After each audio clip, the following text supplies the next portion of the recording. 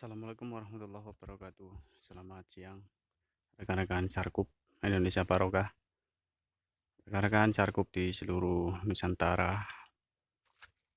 Kali ini saya berada di Desa Pengalangan, Kecamatan Menganti, Kabupaten Gresik. Di sini saya mengunjungi makam Aulia dan makam Aulia yang ada di Desa Pengalangan, yang mana beliau adalah Aulia yang pertama kali mengislamkan warga Desa Pengalangan. Lokasi makam berada di pemakaman umum yang berada di utara dari perkampungan Desa Pengalangan. Cukup lumayan jauh juga jaraknya dari perkampungan, kurang lebih ada mungkin 300 meteran ya. Dan pemakaman ini ada di tengah-tengah dari persawahan bersamaan dari warga Desa Pengalangan. Baik, saya sudah berada di makam beliau. Inilah makam beliau. Di sini ada dua makam. Ini adalah makam beliau, dan di sampingnya adalah makam dari istri dari beliau. Lalu siapakah beliau? Seorang aulia yang ada di Desa Pengalangan ini. Baik, bismillahirrahmanirrahim. Di sini saya akan menceritakan tentang manaqib beliau, menyambung sanad tarikh aulia Sunan Giri wa Dzurriyyati. Tersebutlah pada tahun 1493 Masehi, ketika ekspedisi Giri Kedaton pertama kali yang dilaksanakan oleh Sunan Giri, di mana ekspedisi ini adalah sebagai lembaga untuk dakwah pengislaman di seluruh Pulau Jawa dengan metode menutup tempat-tempat sentra pemujaan dan mengislamkan warga yang ada di tempat sentra-sentra tersebut yang masih belum memeluk agama Islam.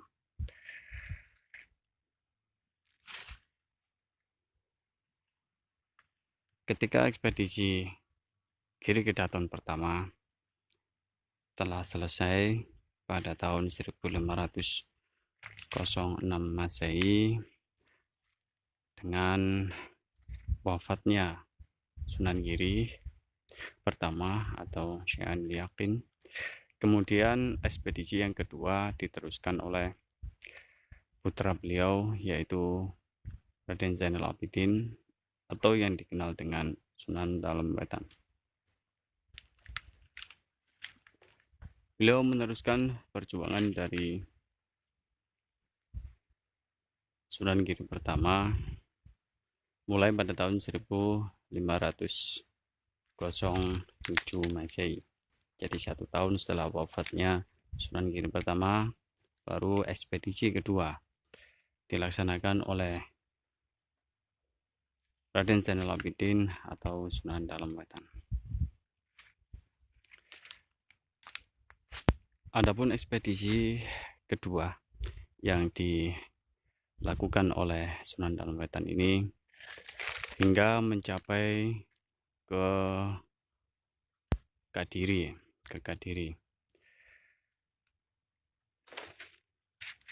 ketika penaklukan Raja Kadiri, yaitu Raja Ranawijaya. Lalu pada tahun berapa beliau datang ke desa Pekalongan atau sekarang yang menjadi Pengalangan, ketika beliau diutus untuk menutup tempat pemujaan yang ada di desa Pekalongan dan mengislamkan warga desa Pengalangan. Baik, pada tahun 1526 Masehi, beliau diutus oleh Sunan Dalem Wetan untuk mengislamkan warga desa Pekalongan, yang mana di desa Pekalongan ini dulu penduduknya masih melakukan kegiatan ibadah dengan melakukan pemujaan kepada Dewa Siwa.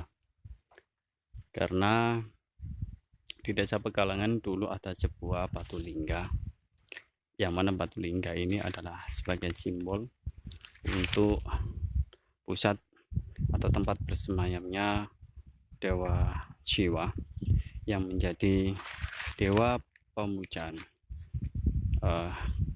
untuk orang-orang Kasaiwan pada waktu itu di desa Pekalongan. Kehadiran beliau ke desa Pekalongan ini adalah untuk mengislamkan warga desa Pekalongan dan menutup tempat pemujaan atau setra yang ada di desa Pekalongan ini, yaitu dengan menutup batu lingga yang menjadi sentral dari tempat pemujaan tersebut. Kedatangan beliau ke sini berada di desa Pekalongan, beliau juga tidak sendiri, karena beliau juga diikuti oleh beberapa keluarga dari Giri Kedaton dan juga santri-santri dari Kedaton, serta dari santri-santri Sunan Ampel. Ketika sampai di desa Pekalongan, beliau dengan perlahan-lahan melakukan pendekatan kepada warga dan juga melakukan pemahaman-pemahaman kepada warga tentang pembentukan akhlak, pembentukan karakter, dan untuk pembentukan dalam hal untuk pemujaan ya. Dalam hal ini beliau memasukkan sedikit tentang ajaran-ajaran yang ada di Islam dengan pembentukan akhlak dan karakter yang ada di Islam, tapi tanpa menggunakan paksaan ataupun juga menggunakan suatu anarkisme, yang mana letak tempat pemujaan dulu adalah berada di sebelah selatan dari perkampungan desa Pekalongan, karena desa Pekalongan dulu berada di sebelah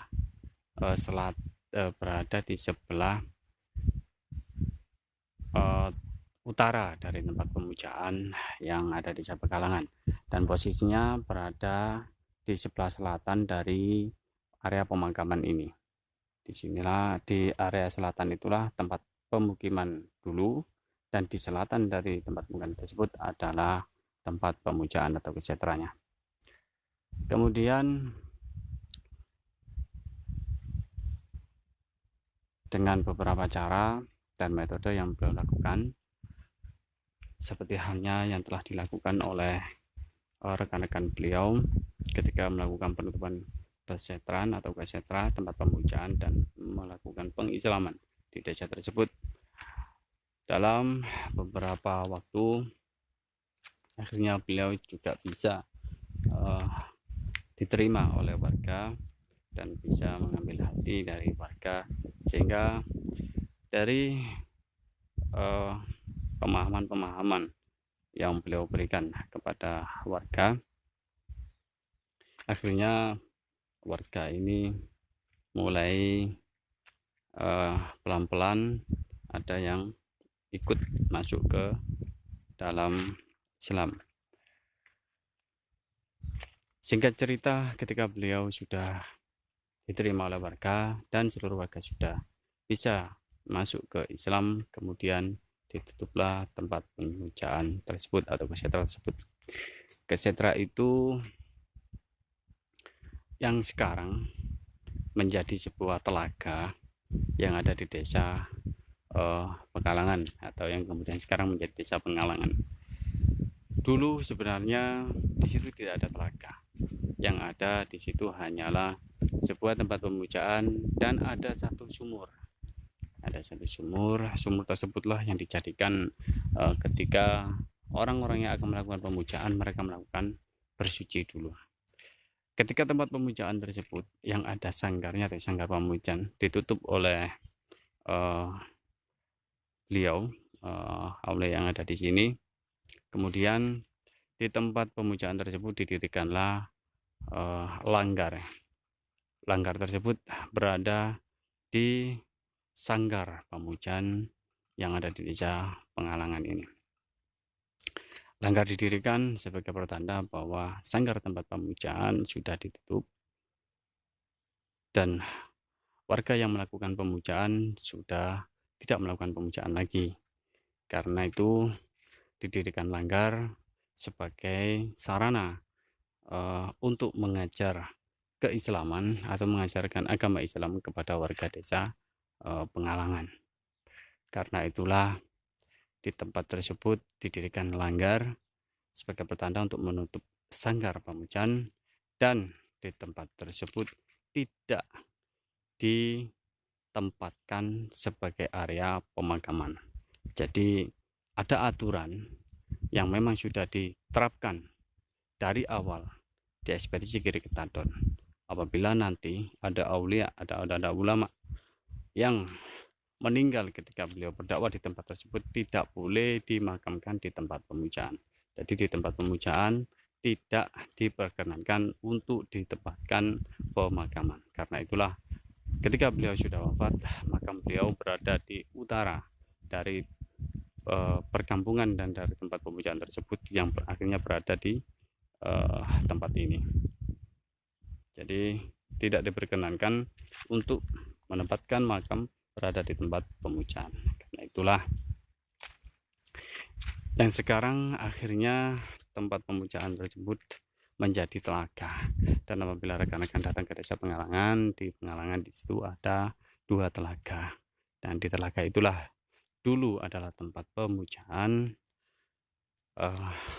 Kasyaiwan, dan kemudian tempat tersebut ditutup oleh aulia yang ada di desa Pengalangan ini. Kemudian seiring berjalannya tahun, tempat tersebut akhirnya menjadi sebuah telaga. Jadi di tempat tersebut adalah petilasan dari sanggar pemujaan dan petilasan dari langgar yang digunakan oleh aulia ini untuk mengajarkan agama kepada warga desa Pegalangan. Jadi tidak tepat jika di situ ada makam, yang tepat di situ adalah ada bekas langgar yang digunakan untuk mengajarkan keislaman kepada warga desa Pengalangan, dan sebagai pertanda untuk menutup dan mengganti sanggar pemujaan tersebut diganti dengan langgar. Karena itulah di tempat tersebut ada petilasan langgar, tempat beliau mengajarkan agama Islam kepada warga desa Pengalangan. Jadi di situ tidak ada makam, dan yang ada hanyalah petilasan langgar dari peninggalan beliau. Baik, lalu siapakah beliau min aulia yang ada di desa Pengalangan ini? Beliau bernama Syekh Ahmad Jamal Jalaluddin. Beliau adalah putra dari Nyai Ageng Darukan yang diperistri oleh seorang Dharmadiaksa Kasyaiwan yang menjadi kepala stapaka yang ada di desa Setra atau desa Setro sekarangnya di Menganti. Sebelum beliau dulu diislamkan oleh Sunan Giri. Jadi Nyai Darukan adalah putri dari Sunan Dalem Wetan atau Raden Zainal Abidin. Dan Raden Zainal Abidin adalah putra dari Sunan Giri.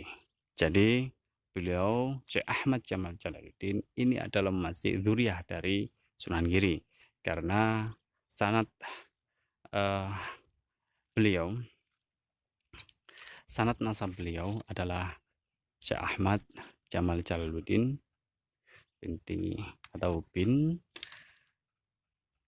Dang Acarya 8, atau yang kemudian disebut sebagai Kiai Ageng Setro, yang istrinya adalah Nyai Ageng Darukan. Nyai Ageng Darukan binti Sunan Dalem Wetan Raden Zainal Abidin dan Raden Zainal Abidin bin Sunan Giri.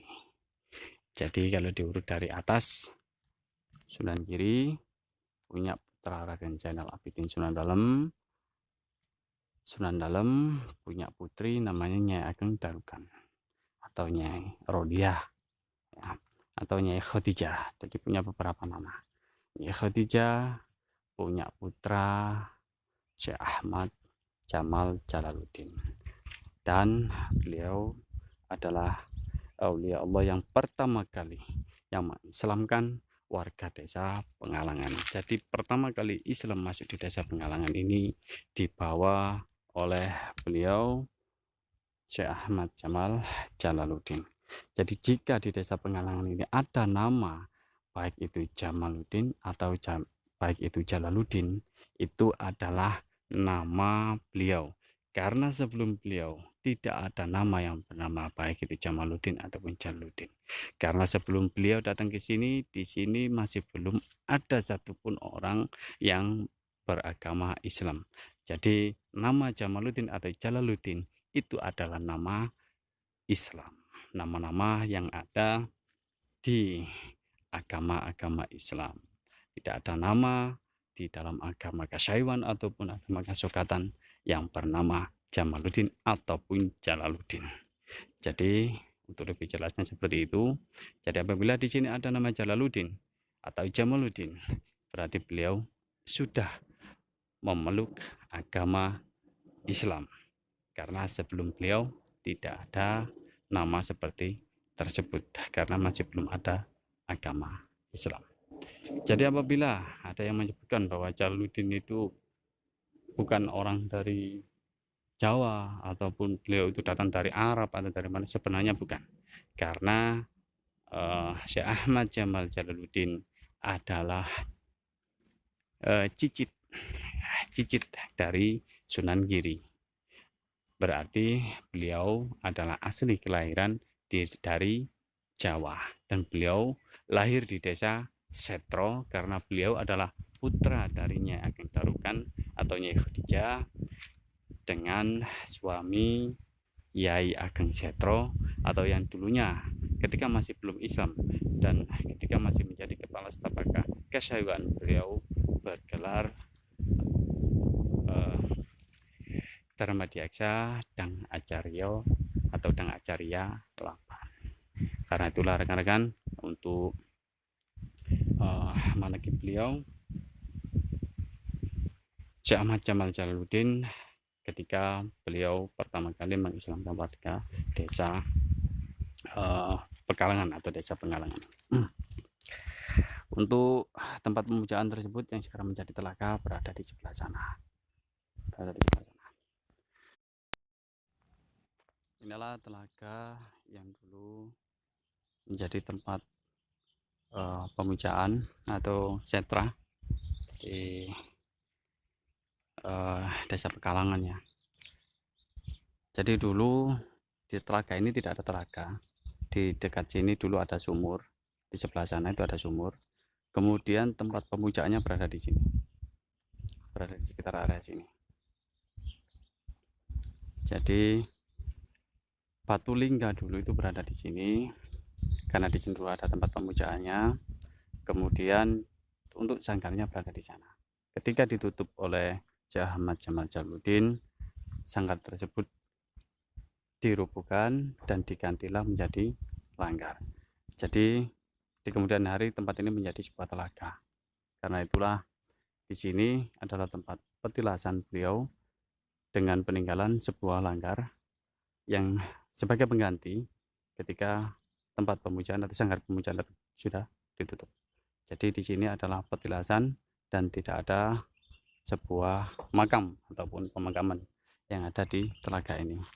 Untuk makam beliau sendiri, Syekh Ahmad Jamal Jalaluddin, berada di sebelah sana, berada di utara dari telaga tempat sentra pemujaan ini. Baiklah rekan-rekan, sementara itu dulu yang bisa saya sampaikan. Semoga informasi ini bermanfaat bagi rekan-rekan semuanya. Untuk sebagai tambahan, Syekh Ahmad Jamal Jalaluddin, beliau mempunyai istri yang masih berketurunan dari Madura. Istri beliau ini adalah putri dari Pangeran Belega Madura, dan keturunan beliau juga ada di Belega. Baiklah rekan-rekan, untuk zuriyah ke bawah beliau mungkin di kesempatan lain waktu bisa saya jelaskan. Jadi untuk klarifikasinya, tempat pemujaannya ada di sana. Di situ adalah petilasan dari Syekh Ahmad Jamal Jalaluddin. Petilasan itu diwujudkan dengan sebuah langgar yang ada di tempat pemujaan tersebut, yang sekarang menjadi telaga yang ada di dekat dari perkampungan desa Pengalangan. Dan di situ tidak ada makam, karena aturan dulu ketika penutupan tempat pemujaan, ketika tempat pemujaan sudah ditutup, tempat tersebut tidak boleh dijadikan makam, karena jika dijadikan makam maka dikhawatirkan akan menjadi tempat untuk orang-orang melakukan pemujaan lagi. Karena itulah beliau dimakamkan di sini. Terima kasih rekan-rekan atas perhatiannya. Semoga informasi ini bermanfaat bagi rekan-rekan semuanya.